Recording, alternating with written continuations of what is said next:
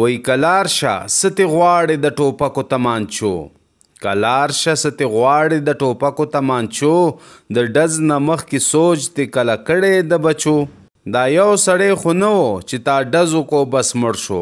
دا یو سړی خو نه و چې تا ډزو کو بس مړ شو تر عمره به جړیږي ماشومان یې په سلګو